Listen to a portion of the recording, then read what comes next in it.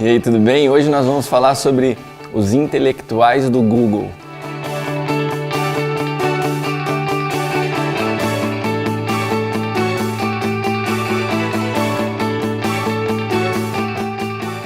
Hoje nós vamos conversar sobre um assunto, o tema, eu achei interessante falar sobre os intelectuais do Google, mas não estou falando aqui das pessoas que são os CEOs, os pensadores do Google, estou falando das pessoas que pesquisam meia hora na internet e se acham intelectuais. É desse tipo de pessoa que eu estou falando. E que me preocupa, porque nós estamos diante de uma geração que passou a admirar as frases feitas, as frases bonitas, e tem uma galera, tem uma turma aí que escutam muitos pensadores, escutam muitos filósofos, e admiram filósofos, admiram esses pensadores, os ouvem frequentemente, mas já deixaram de ouvir o Espírito Santo há muito tempo. E esse intelectualismo, o falso ou pseudo-intelectualismo, porque na verdade, porque você ouve um pensador, você não se torna um pensador. Porque você ouve um filósofo, você não se torna um filósofo, você torna, na verdade, muitas vezes um papagaio, um reprodutor de uma mensagem que você nem compreendeu. E hoje, infelizmente, eu tenho visto uma geração que tem admirado esse tipo de mensagem, que, entre aspas, é uma mensagem mais intelectual, está rebuscada com palavras um pouco mais elaboradas, alguns pensadores, alguns conceitos já pré-estabelecidos, mas que nada acrescentam na realidade da nossa fé e da nossa vida com Deus. Na verdade, o cristianismo nunca foi uma proposta que fizesse sentido aos intelectuais. Nunca foi. Pelo contrário, Jesus sempre confundiu o sábio na sua sabedoria.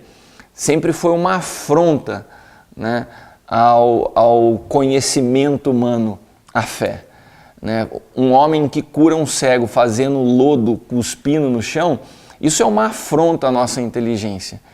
Agora, quando a gente quer tentar conciliar pensamentos que nos fazem sentido, a fé que faz sentido, não faz o menor sentido. A fé que faz sentido não faz o menor sentido. Nunca fará sentido, porque é loucura. O Evangelho é loucura e o Senhor escolheu alcançar a humanidade através da loucura da pregação. Então, se a pregação em si só já é uma loucura, não adianta a gente querer fazer com que ela faça sentido, porque ela não toca o teu intelecto, ela tem que tocar o teu espírito. Essa é a grande diferença. E por que nós percebemos hoje como uma tendência, como uma realidade? Os pregadores que estão surgindo nessa geração e que estão alcançando espaço, e que estão alcançando admiração, e que estão alcançando os seus likes, os seus seguidores, são as pessoas que vão numa pegada intelectual. Isso é uma consequência da cultura que está instalada sobre a nossa nação e em alguns lugares do mundo. Mas vamos nos deter ao Brasil. Se você pegar a história da Bíblia, todas as vezes você percebe que a influência do governo determina uma influência na cultura. A época de Nabucodonosor, o pensamento babilônico, ele interferia em toda uma cultura da sociedade. E qual é o posicionamento dos homens de Deus nesses momentos? Serem capazes de discernir qual é essa cultura equivocada e serem uma resposta contrária a isso. Daniel era uma resposta contrária ao pensamento babilônico. Olha que interessante, em Mateus capítulo 2, quando nesse evangelho de Mateus se descreve o nascimento de Jesus, não se fala assim, na época de João Batista, fala assim, na época de Herodes, para descrever o nascimento de Jesus, fala assim, na época de Herodes. Por quê? Porque todas as vezes a Bíblia ela mostra o governo e a influência desse governo na sociedade para demonstrar o contexto da realidade daquele momento. Então, quando se fala assim, na época de Herodes, está falando assim, a cultura que estava vigente naquele momento, na época de Herodes, quando Jesus nasceu. Jesus foi uma resposta uma contracultura àquilo que estava pré-estabelecido. E por que eu estou falando isso? Porque nós temos como homens de Deus, estar sempre discernindo os governos e as culturas que estão vigentes na nossa estação. E nós somos hoje uma geração que passou por um processo democrático bastante complexo no Brasil.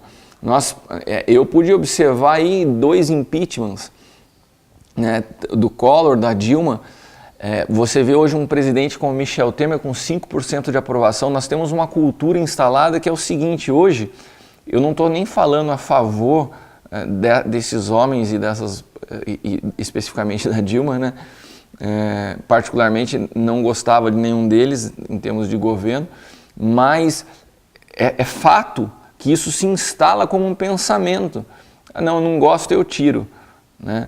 A gente está vendo uma geração que está sendo criada sem o respeito pela autoridade, sem o entendimento do que é autoridade, né? E isso vai começando a permear a vida das pessoas ao ponto de interferir na igreja. Então a gente começa a ver que o tipo de protesto é um protesto quase que burro, porque é uma reprodução de pensamentos que não sabem nem de onde surgiram. As redes sociais, elas têm um papel interessante na conectividade do mundo, mas elas também emburrecem à medida que nós não analisamos o conteúdo que nós estamos vendo, né? E daí você vê uma geração que, quando entrega a sua vida a Cristo, quando conhece o Senhor, meia dúzia de vídeos que assistem na internet, ou meia dúzia de pregadores que já se sentem capazes de identificar o que é certo e o que é errado. Não tem o tempo suficiente para se sentar para aprender e já querem se levantar para falar. São os famosos haters, que são críticos de tudo, de todos, que não conseguem entender princípios elementares como de uma paternidade, de ser cuidado, de ser... Porque daí já tem os extremos, daí tem os caras que se levantam contra o assunto paternidade, porque tem meia dúzia de gente que usa desse assunto para oprimir a outros, e daí já se generaliza tudo e vira essa bagunça, né? Porque fica um tal de defesa de pensamentos para um se colocar sobre o outro. Gente, a gente precisa de fato de uma reforma, porque nós precisamos compreender que o Evangelho é um caminho para baixo, é um caminho oposto a isso.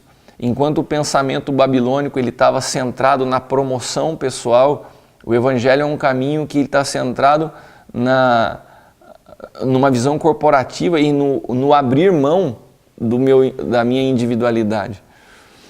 Então, eu acredito que hoje nós corremos um risco de nos tornarmos admiradores de pessoas com pensamentos e palavras que nos fazem sentido, mas pouco escutam a voz do Senhor. Pouco conseguem entender o espírito profético. Quando o mover profético vem dentro de uma igreja que está tão estabelecida em coisas coerentes e que fazem sentido, as pessoas não vão conseguir receber as coisas do Espírito, porque o profético não se explica. Então a nossa capacidade de ouvir a voz de Deus, ela cresce à medida que nós renunciamos o nosso eu, a nossa capacidade de pensar e falar, isso faz sentido, porque a fé não faz sentido, né? O crer no Deus que é invisível, mas real, que morreu por mim, mas hoje vive em mim, habita em mim, e todo sentido que a vida precisa ter é simplesmente a segurança que Ele tem o governo e o controle de tudo sobre a minha vida. Amém? Então que você possa refletir sobre isso, né? Que o Evangelho, que a simplicidade do Evangelho sempre vai estar presente e dependente das épocas e das culturas vigentes. E nós não podemos perder os fundamentos, nós não podemos perder o fundamento que é Cristo, né? Os princípios que Ele nos deixou de autoridade, de humildade, de morte do eu, né? Porque a igreja, ela é uma junção de pessoas, né, que formam um corpo com suas diferentes impressões, expressões, pensamentos, culturas. Então nós não podemos querer intelectualizar o cristianismo ao ponto de que nós não consigamos mais ouvir a voz do Espírito. E isso não é uma oposição ao estudo, não é uma oposição ao crescimento intelectual, não é nada disso. Só que tudo isso se torna lixo se comparado à revelação de Cristo, quando nós descobrimos o que é a experiência com Cristo de dentro para fora. Não tem nada externo que possa acrescentar ao Cristo interior. Isso é pelo Espírito. E por isso está acessível a pessoa mais indouta, mais simples, mais ignorante, né? Assim como a pessoa mais intelectual. Agora, para qual dos dois é mais fácil receber? Logicamente, aos mais simples, porque os intelectuais eles se perdem na sua soberba. Então, cuidado, porque a soberba ela precede a ruína. E a soberba ela consegue se opor aos princípios básicos do cristianismo, como por exemplo o perdão. Você já percebeu que toda pessoa que tem dificuldade de perdoar, ela tem dificuldade de perdoar porque ela se sente superior ao outro. E eu conheço pessoas que têm uma dificuldade grande, mesmo sendo cristãos, de perdoar, porque elas sempre se sentem superiores ao outro. Porque seus pensamentos são mais bem estabelecidos, porque suas ideias são superiores. Isso é soberba. Então que nós possamos nos humilhar, né, diante do Senhor, para que Cristo possa ser formado em nós e nós possamos ter uma visão clara do seu propósito para as nossas vidas. Amém? Deus te abençoe. Mais uma vez foi uma alegria, um prazer estar compartilhando um pouco com vocês no programa Vivendo Cristo. Até o próximo.